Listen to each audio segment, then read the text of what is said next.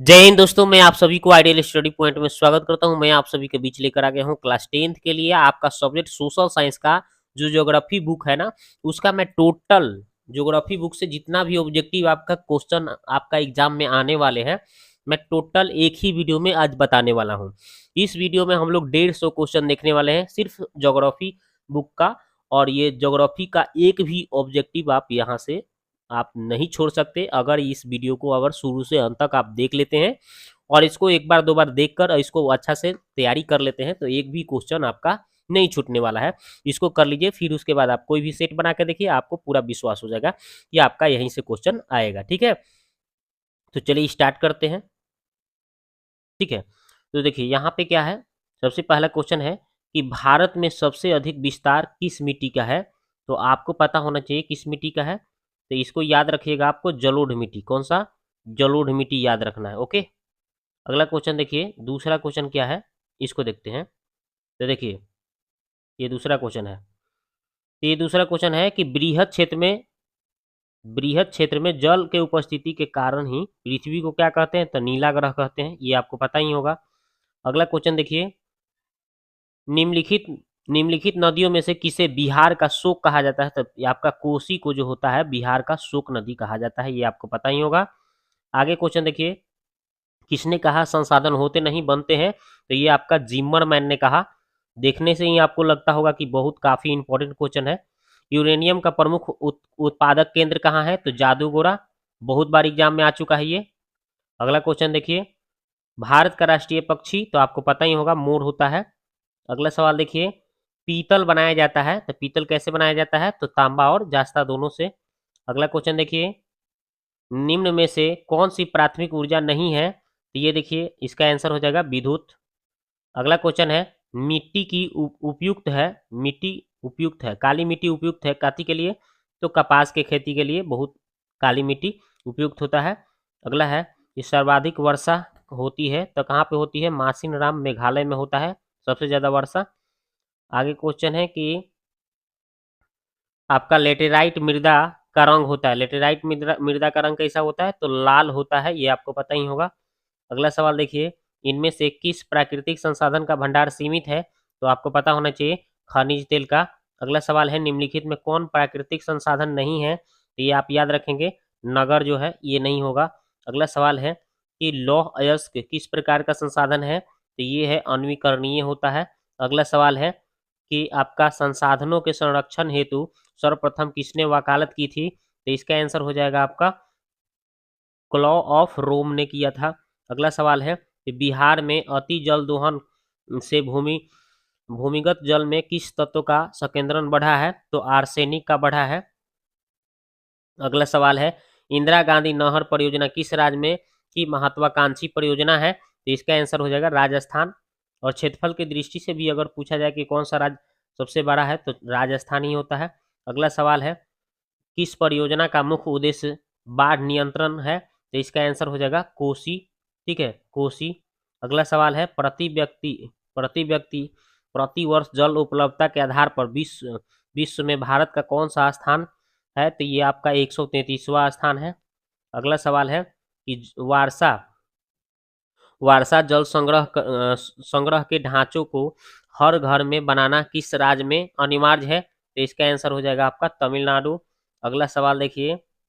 अगला सवाल है निम्नलिखित में से कौन सा परंपरागत ऊर्जा का स्रोत है? तो इसका आंसर हो जाएगा कोयला। अगला सवाल देखिए। प्राथमिक ऊर्जा का उदाहरण कौन सा नहीं है? तो इसका आंसर हो जाएगा विद्युत। अगला सवाल है कि सौर ऊर्जा निम्नलिखित में कौन सा संसाधन है? तो इसका आंसर हो जाएगा नवीकरणीय। अगला सवाल है क्योटो सम्मेलन किस देश में आयोजित की गई थी? तो इसका आंसर हो जाएगा जापान। अगला सवाल है चिपको आंदोलन कार्यक्रम किसके द्वारा चलाया गया था? तो सुंदरलाल बहुगुणा। अगला सवाल है कि गैंडवाना युग की चट्टानों में भारत का कितना प्रतिशत कोयला मिलता है? तो इसका आंसर हो जाएगा आपका कितना? तो आपका हो जाएगा 98%। कितना हो जाएगा? 98% हो जाएगा। अगला सवाल देखिए। डिगबोई तेल क्षेत्र कहाँ स्थित है? तो असम में स्थित है। अगला सवाल है कि भारत का पहला परमाणु ऊर्जा केंद्र कहाँ स्थित है? तो तारापुर में स्थित है। अगला सवाल है कि प्रथम पृथ्वी सम्मेलन 1912 किस देश में आयोजित किया गया था? तो ये देखिए प्रथम पृथ्वी सम्मेलन जो था पहले आपका सबसे पहले ब्राजील में 1912 में आयोजित किया गया था। सो पानी कृषि किस राज्य में प्रचलित है? तो ये तो आपको याद होगा, उत्तराखंड। अगला सवाल है, देखिए यहाँ पे चैप्टर का नाम लिखा हुआ है, चैप्टर वाइज बता रहे हैं। चलिए अगला सवाल है, मरुस्थलीय मृदा का विस्तार निम्न में से कहाँ है? तो इसका आंसर हो जाएगा राजस्थान। अगला सवाल देखिए, मेढक के प्रजनन को मेढक को प्रजनन प्रक्रिया को बाधित करने वाला रसायन एंड्रीन होता है। तो एंड्रीन कहाँ है ऑप्शन में? ऑप्शन नंबर सी है। अगला सवाल है कि काली मिट्टी का दूसरा नाम रेगूर मृदा होता है, ये आपको पता ही होगा। अगला सवाल, प्रायद्वीपीय भारत की नदी घाटियों में से कौन सी मिट्टी मिलती है? तो इसका आंसर हो जाएगा जलोढ़ मिट्टी। अगला सवाल देखिए, इनमें कौन उपाय भूमि ह्रास के संरक्षण में उपयुक्त हो सकता है? तो इसका आंसर हो जाएगा आपका बाढ़ नियंत्रण। अगला सवाल है, इनमें से किस राज्य में काली मृदा पाई जाती है? तो इसका आंसर हो जाएगा महाराष्ट्र में पाई जाती है। अगला सवाल है कि पुरानी जलोढ़ मिट्टी को क्या कहा जाता है? तो बांगर मिट्टी कहा जाता है।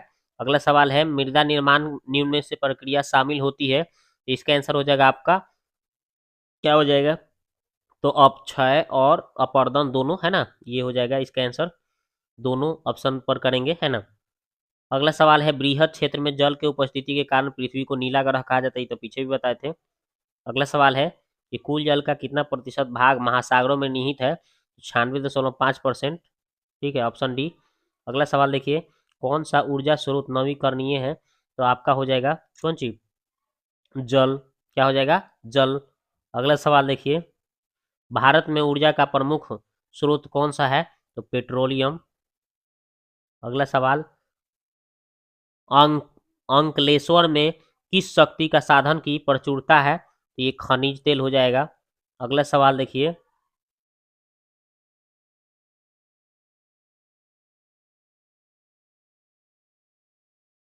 ये देखिए अगला सवाल, निम्नलिखित में कौन खनिज केरल तट पर बालू के रूप में मिलता है? तो इसका आंसर हो जाएगा थोरियम। अगला सवाल देखिए, भारत में विद्युत की सबसे अधिक खपत किसमें होती है? तो इसका आंसर हो जाएगा उद्योगों में। अगला सवाल है, पेट्रोलियम किन चट्टानों में मिलता है? तो परतदार चट्टान में। अगला सवाल है, इनमें कहाँ प्राकृतिक गैस का भंडार मिले हैं? तो इसका आंसर हो जाएगा त्रिपुरा। हीराकुंड परियोजना किस नदी पर स्थित है? तो महानदी।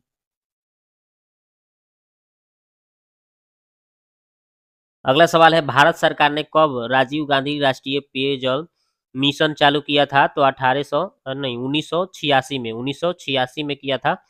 अगला सवाल देखिए, अगला सवाल है कि भारत में जल का सबसे अधिक उपयोग किया जाता है? तो घरेलू उपयोग में किया जाता है सबसे ज़्यादा।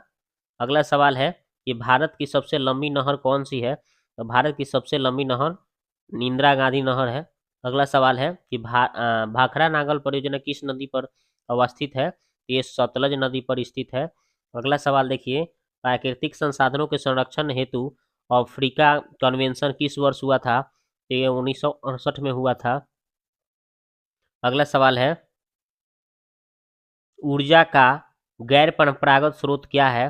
तो ऊर्जा का गैर परंपरागत स्रोत कहेगा तो सौर ऊर्जा बोलते हैं, सूर्य ऊर्जा लिखा है, सौर ऊर्जा लिख लीजिएगा इसको। अगला सवाल है, विश्व पर्यावरण दिवस किस तिथि को मनाया जाता है? तो 5 जून को मनाया जाता है। अगला सवाल है, इंद्र इंद्रपुरी जलाशय परियोजना किस राज्य में है? तो आपका बिहार में ही है, और सबसे पिछड़ा राज्य पूछेगा तो बिहार ही बताइएगा।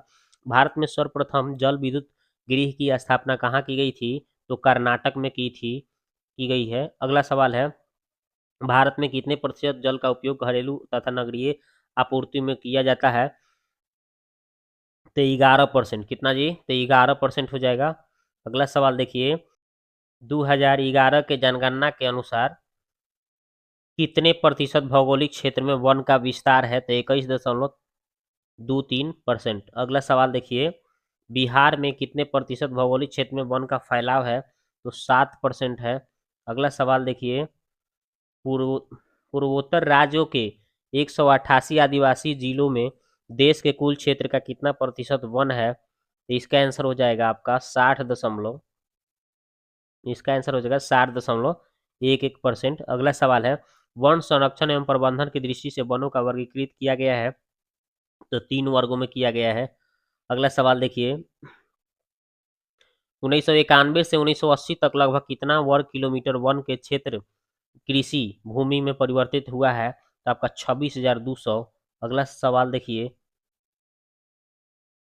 अगला सवाल है, एक एनजीओ की वानिकी रिपोर्ट के अनुसार 1948 में विश्व में कितने हेक्टेयर भूमि पर वन का विस्तार था, तो इसका आंसर हो जाएगा 4 अरब हेक्टेयर।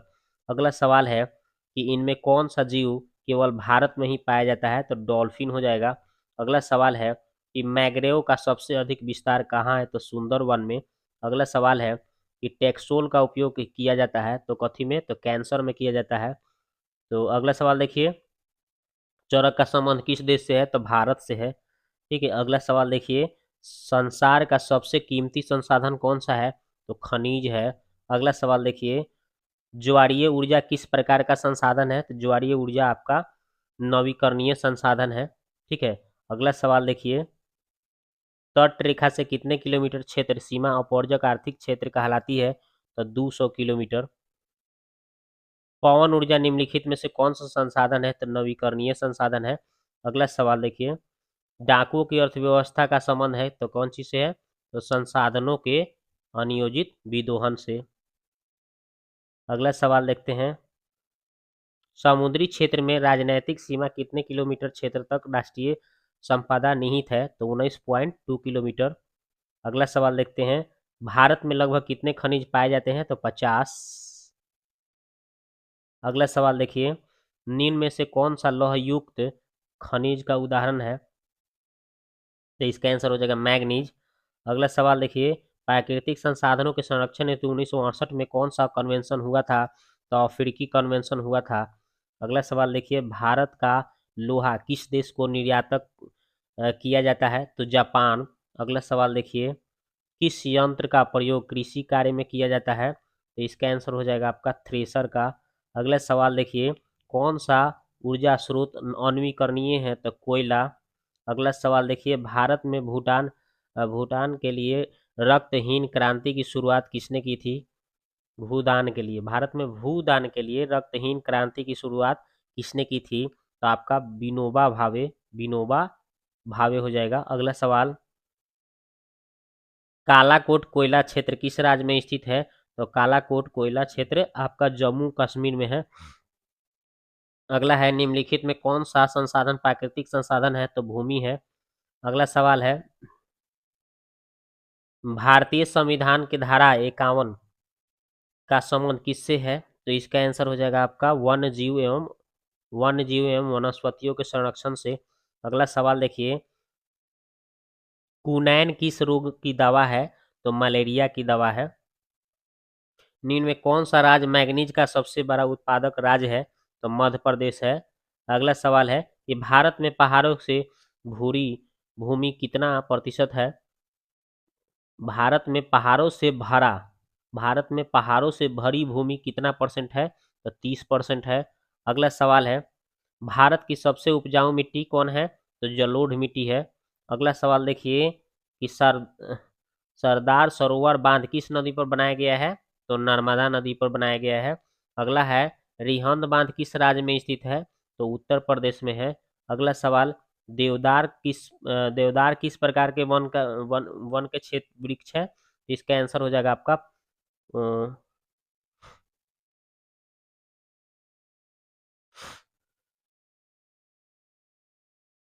सदाबहार वन होगा। ठीक है, ये ऑप्शन में गड़बड़ दे दिया है, इसको देख लीजिएगा। अगला सवाल है, इनमें कौन शाकाहारी नहीं है, तो आपका भेड़िया हो जाएगा। अगला सवाल है कि इनमें कौन मछलियों के अस्तित्व को खतरे में डाल सकता है, तो दूषित जल।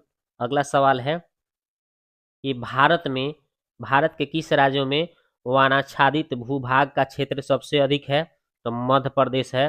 अगला सवाल देखिए, मृदा का विस्तार निम्न में से कहाँ है, तो उत्तर प्रदेश में है।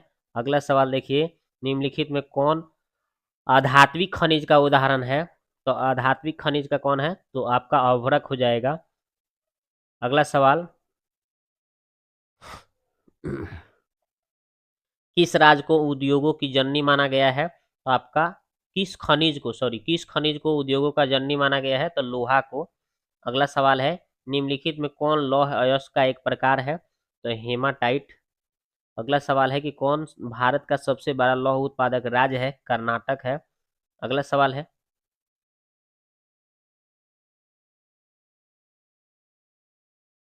कर्नाटक है। अगला सवाल है, छत्तीसगढ़ भारत का कितना प्रतिशत लौह अयस्क उत्पादन करता है? तो 20%। अगला सवाल है, मैग्नीज उत्पादक में भारत का विश्व में क्या स्थान है? तो आपका तृतीय स्थान है। अगला सवाल है, एक टन इस्पात बनाने में कितने मैग्नीज का उपयोग होता है? तो कितना होता है? तो 10 किलोग्राम का। अगला सवाल देखिए, बाबा बुदन बा, बाबा बुदन की पहाड़ी किस राज्य में स्थित है? तो कर्नाटक में स्थित है। अगला सवाल है, नुआ मुंडी नुआ मुंडी किस राज्य में स्थित है? तो झारखंड में है। अगला सवाल देखिए, झारखंड की घाटियां किस खनिज का उत्पादन के लिए प्रसिद्ध है? तो इसका आपका हो जाएगा लौह अयस्क, तांबा तांबा सॉरी तांबा हो जाएगा। तो इसका आंसर हो जाएगा तांबा। अगला सवाल देखिए, ये वाला देखिए, बोल रहा है कि किस प्रकार की चट्टानों में खनिजों का जमाव परतों में मिलता है? तो अवसादी चट्टान में होता है। अगला सवाल देखिए, इनमें कौन लौह निर्यातक नहीं करता है? तो आपका मुंबई हो जाएगा। अगला सवाल देखिए, भारत में बॉक्साइट का सबसे बड़ा उत्पादक राज्य कौन सा है? तो उड़ीसा है। ठीक है, उड़ीसा। अगला सवाल देखिए, अगला सवाल है कि किस राज्य में खनिज तेल का विशाल भंडार है?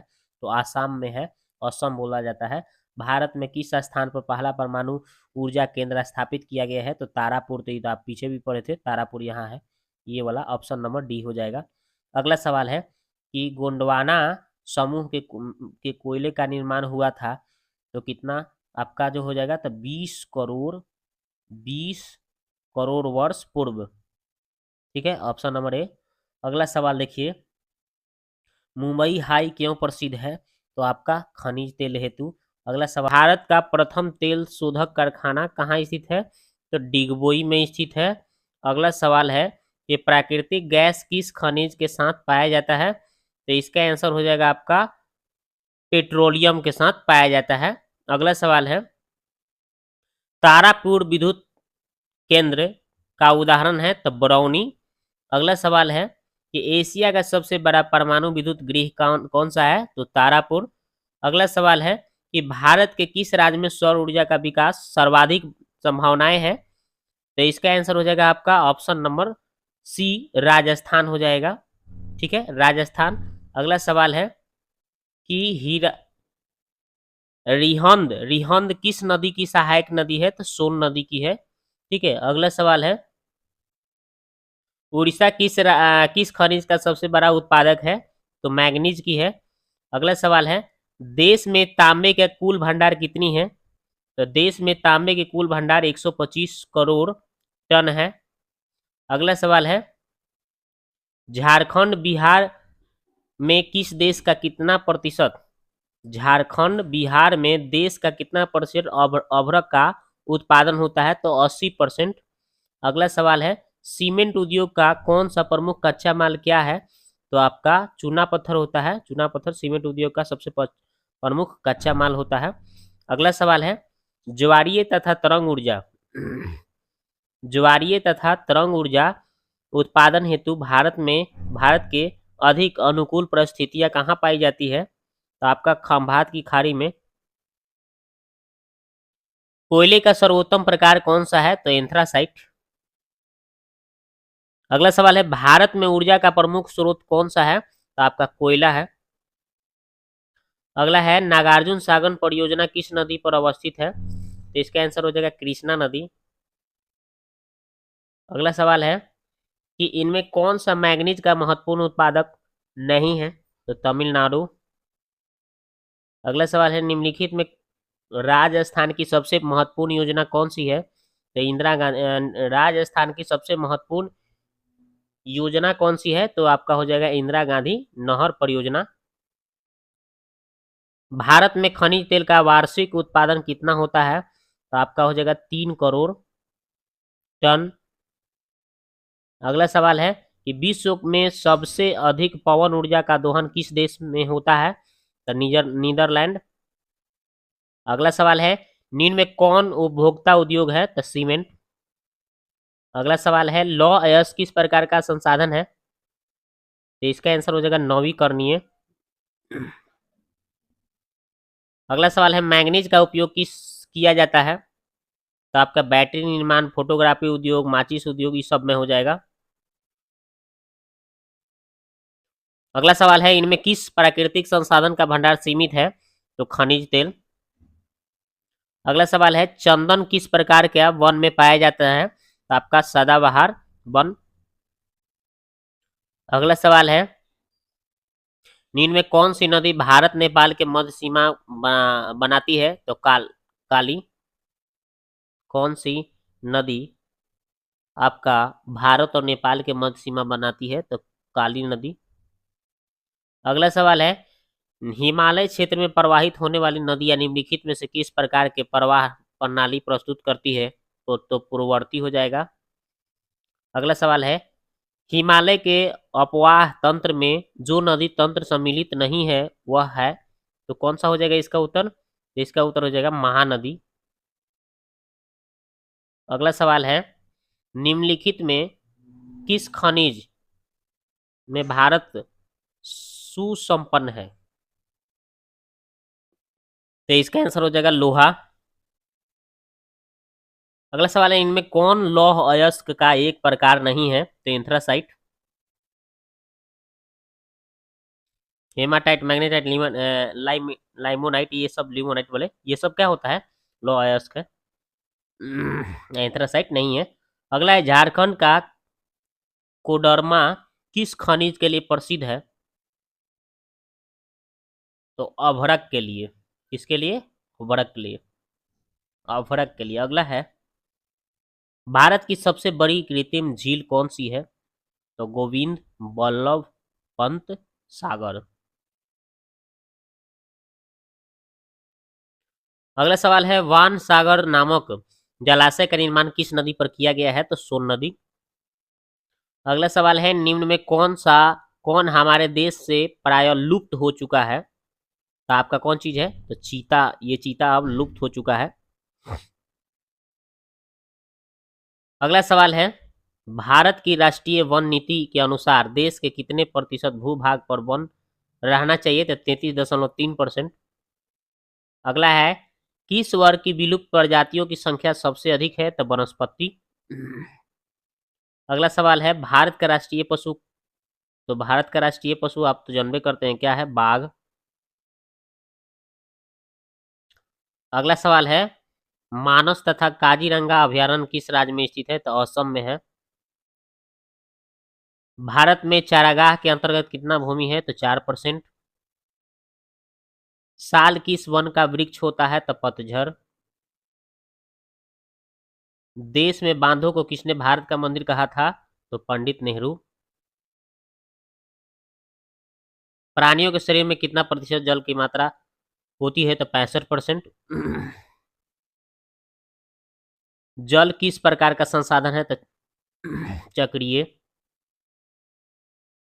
घाना पक्षी विहार किस राज्य में अवस्थित है? तो राजस्थान। गिर राष्ट्रीय उद्यान किस राज्य में अवस्थित है? तो गुजरात। 2001 में भारत के वनाच्छादित भूभाग देश के कुल भूभाग के कितना प्रतिशत था? 19%। 19.27%। तो देखिए दोस्तों यहाँ आपका टोटल ज्योग्राफी का जो है आपका पूरा क्वेश्चन क्लियर हुआ। मैं पूरा इसमें ज्योग्राफी का जितना क्वेश्चन आने वाला VVI था मैंने टोटल आपको करा दिया। 153 क्वेश्चन टोटल हमारे पास से आपको मिला और इसी में से आपका आएगा। ज्योग्राफी क्लियर हो गया। ठीक है, तो इस वीडियो को देखने के लिए आपको बहुत बहुत धन्यवाद। इसी को 2-4 बार देखकर कंप्लीट कर लीजिए। आप ज्योग्राफी से एक भी क्वेश्चन नहीं छोड़ेंगे। ठीक है, इसी तरह से और भी जो बुक है उसके लिए मैं वीडियो ऑब्जेक्टिव लाऊंगा। ठीक है।